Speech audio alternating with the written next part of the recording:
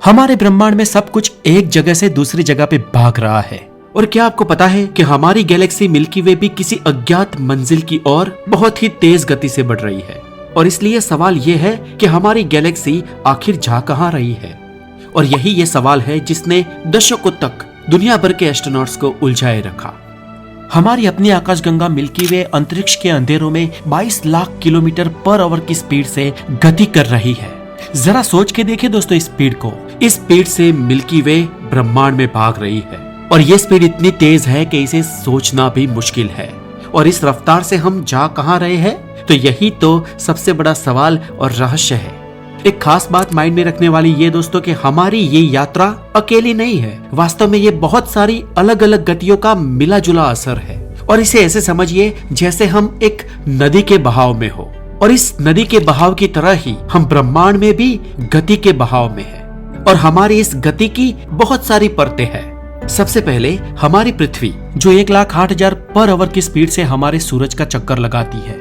और हमारा सूरज खुद और सभी ग्रहों, उपग्रहों, लघु ग्रहों, धूमकेतु और पूरे सोलर सिस्टम को लेकर अपने गैलेक्सी के सेंटर की परिक्रमा करीब 8,28,000 किलोमीटर प्रति आवर की स्पीड से कर रहा है। और हमारी गैलेक्सी करीब 22 लाख किलोमीटर पर आवर की स्पीड से अपने लोकल ग्रुप ऑफ क्लस्टर के साथ किसी द ग्रेट अट्रैक्शन की ओर बढ़ रही है जो हम सबको खींच रहा है। अब सवाल ये है कि इतने बड़े सुपर क्लस्टर को और हम सबको खींचने वाला वो द ग्रेट अट्रैक्टर कौन है। हम जानते हैं कि ब्रह्मांड फैल रहा है, सब कुछ एक दूसरे से दूर जा रहा है, पर उस फैलाव के अलावा भी हमारी गैलेक्सी में एक एक्स्ट्रा स्पीड है, एक अजीब सी बहुत ही फास्ट गति जिसे साइंटिस्ट कहते हैं पिक्यूलियर वेलोसिटी।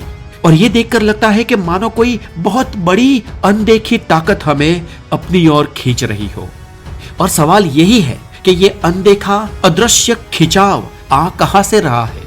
इस पर डेकेड्स से वैज्ञानिक अपना अध्ययन कर रहे थे, लेकिन वो इसे सुलझा नहीं पा रहे थे। और उसका कारण था एक बहुत ही बड़ी दीवार जो हमारे रास्ते में थी। असल में प्रॉब्लम ये थी कि जिस तरफ से ये खिंचाव आ रहा था वो हमारी गैलेक्सी के ठीक पीछे था। सोचे, मिल्की वे के विस्तार में अरबों तारे हैं, गैस है, धूल के रचकन है, एक घना क्लाउड समझ लो। इसके आर पार देख पाना बहुत ही मुश्किल है, लेकिन विज्ञान और वैज्ञानिक कभी हार नहीं मानते। जहाँ से नॉर्मल रोशनी गुजर नहीं सकती वहां से गुजरते हैं एक्सरेज और रेडियो वेव्स। और इसके लिए हमने उपयोग में लिए रेडियो वेव्स और एक्सरेज को पकड़ने वाले टेलीस्कोप्स। और ये इतने पावरफुल है कि वो इस धूल और डस्ट और गैस के आर पार देख सकते हैं। और इसकी मदद से ही आखिरकार एस्ट्रोनॉमर्स ने उस ब्रह्मांडीय पर्दे के पीछे झांकना शुरू किया। और जब वो पर्दा हटा तो सामने जो मंजर दिखा उसने ब्रह्मांड में हमारी पोजीशन को लेकर हमारी पूरी समझ ही बदल दी। हमने जो देखा वो सच में कमाल का था। तो हमारी कॉस्मिक जो जर्नी है वो एक नदी की तरह है, और हमारी मिल्की वे गैलेक्सी और हमारे पास वाली एंड्रोमेडा गैलेक्सी और ऐसी कई सारी गैलेक्सीज मिलकर एक लोकल ग्रुप बनाती है। और ये पूरा ग्रुप एक बड़े क्लस्टर वर्गो क्लस्टर की ओर बह रहा है। और ये वर्गो क्लस्टर भी एक और भी विशाल सुपर क्लस्टर का हिस्सा है। और ये सब बस एक ही ग्रेविटेशनल सेंटर की ओर खींचे जा रहे हैं। और ये जो विशाल संरचना है उसका नाम है लाइनाकिया सुपर क्लस्टर। और इस लाइनाकिया का मतलब होता है इमेजरेबल हेवन। और इस लाइनाकिया सुपर क्लस्टर में 1 लाख से भी ज्यादा छोटी बड़ी गैलेक्सियां हैं, और ये सभी एक ही पुल से बंधी हुई है। तो फिर ये द ग्रेट अट्रैक्टर आखिर है क्या, जो लाखों गैलेक्सियों के साथ पूरे क्लस्टर के क्लस्टर्स को खींच रहा है। तो इस बात की खोज जब हमारे वैज्ञानिकों ने आरंभ की तो उन्हें हमारे पूरे लाइनाकिया सुपर क्लस्टर के बीच में एक बहुत ही विशाल चीज नजर आई। ये कोई तारा या ग्रह या बहुत विशाल ब्लैक होल नहीं है, लेकिन दरअसल ये हमारे लाइनाकिया सुपर क्लस्टर का एक बहुत ही विशाल ग्रेविटेशनल हार्ट है। और इसके केंद्र यानी कि सेंटर में है नॉर्मा क्लस्टर, गैलेक्सीज का एक अति विशाल बहुत ही बड़ा अकल्पनीय झुंड, जिसमें करीब 2000 बड़ी बड़ी गैलेक्सियों का समूह मौजूद है, जिसकी ग्रेविटी इतनी पावरफुल है कि ये सब कुछ अपनी तरफ खींच रही है। और इसे देखकर वैज्ञानिकों को ये लगा कि चलो रहस्य सुलझ गया, हमें एक ताकत मिल गई जो हमें खींच रही थी। लेकिन जैसे कहते हैं ना कि ब्रह्मांड को हम जितना ज्यादा जानते हैं उतना ही वो हमें सरप्राइज करता है। और कहानी यहाँ खत्म नहीं हुई। जब साइंटिस्ट ने इसका अवलोकन किया, अध्ययन किया, डिटेलिंग में जाकर स्टडी की और आंकड़े मिलाए तो एक बहुत बड़ी पहेली सामने आई। उन्होंने देखा कि नॉर्मा क्लस्टर और उसके आसपास जितनी भी गैलेक्सी है उन सबका टोटल मास यानी कि कुल वजन इतना है ही नहीं कि जो हमें 22 लाख किलोमीटर पर आवर की स्पीड से खींच सके, और वो भी इतनी बड़ी गैलेक्सीज और लाइनाक या सुपर क्लस्टर के पूरे विस्तार को खींचना। It was almost impossible. और इसका सीधा सा मतलब ये था कि पिक्चर अभी बाकी थी। और यहाँ पर कहानी में एक बहुत ही बड़ा ट्विस्ट आता है और पता चलता है कि द ग्रेट अट्रैक्टर खुद एक मंजिल नहीं है, इनफैक्ट वो भी किसी सफर पर है। यानी कि हमारा पूरा ग्रेट अट्रैक्टर और उसके सभी सुपर क्लस्टर भी और भी किसी विशाल चीज की ओर खींचे जा रहे हैं। तो दोस्तों अब मिलिए यूनिवर्स के असली हैवी रेड चैंपियन से, द शेपलेस सुपर क्लस्टर। ये द ग्रेट अट्रैक्टर से भी कई गुना ज्यादा बड़ा और पावरफुल है। और असल में हमारी कॉस्मिक जर्नी की जो आखिरी मंजिल है वो यही है। द ग्रेट अट्रैक्टर तो बस रास्ते का एक स्टेशन था। तो क्या इसका मतलब यह है कि हमारी मंजिल शेपलेस सुपर क्लस्टर है और हम उस तक पहुंच जाएंगे? तो इसका जवाब यूनिवर्स की सबसे बड़ी और सबसे फंडामेंटल ताकतों के बीच चल रही एक जंग पर निर्भर करता है, जिसमें एक तरफ है ग्रेविटी जो हर चीज को खींचती है, हर चीज को पास लाना चाहती है, जैसा हमने द ग्रेट अट्रैक्टर या शेपलेस सुपर क्लस्टर में देखा।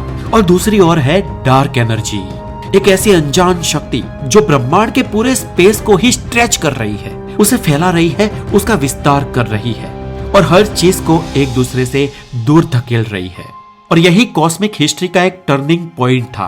अरबों सालों तक ग्रेविटी का पल्ला भारी था। ब्रह्मांड के जन्म से लेकर करीब 8 अरब साल तक यही चलता आ रहा था। लेकिन करीब 5 अरब साल पहले चीजें बदल गई।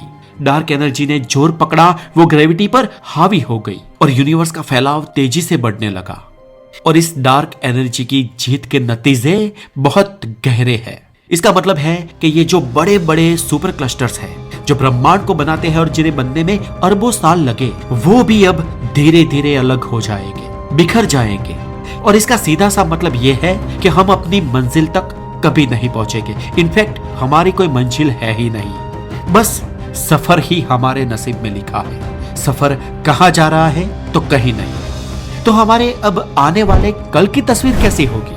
तो फ्रेंड्स, आज से करीब 4 अरब साल बाद हमारी मिल्की वे गैलेक्सी और एंड्रोमेडा आपस में टकराकर एक हो जाएगी, अलाइन हो जाएगी और एक बहुत ही विशाल, बहुत बड़ी गैलेक्सी बन जाएगी, जिसका आज ही वैज्ञानिकों ने नाम दे दिया है, जो है मिल्कोमेडा।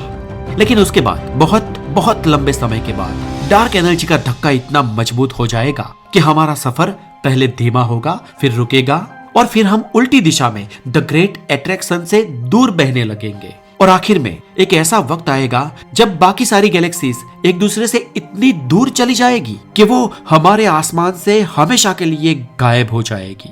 ब्रह्मांड अपना विस्तार असीमित रूप से फैला देगा। और फिर से शुरुआत के सवाल पे हम वापस आते हैं कि हमारी गैलेक्सी आखिर कहाँ जा रही है? तो इसका जवाब है एक ऐसी मंजिल की ओर जिसे हम कभी छू ही नहीं पाएंगे, देख ही नहीं पाएंगे। और हमारी यानी कि हमारी गैलेक्सी की किस्मत में आखिर में अकेला रह जाना ही लिखा है। और ये बात हमें हमेशा याद दिलाती है कि ये यूनिवर्स कितने रहस्यों से भरा है और कितना विशाल होता जा रहा है। तो दोस्तों, आज के लिए इतना ही। बने रहे द नॉलेज के साथ और यूनिवर्स के रहस्यों की डिटेल में जानकारी पाने के लिए मेरी लिखी बुक ब्रह्मांड ज्ञान को डिस्क्रिप्शन में दी गई लिंक पे जाकर जरूर बाय करें और उस बुक के रिव्यू हमें जरूर दें। अपना बहुत सारा ध्यान रखें। Have a wonderful day. Take care.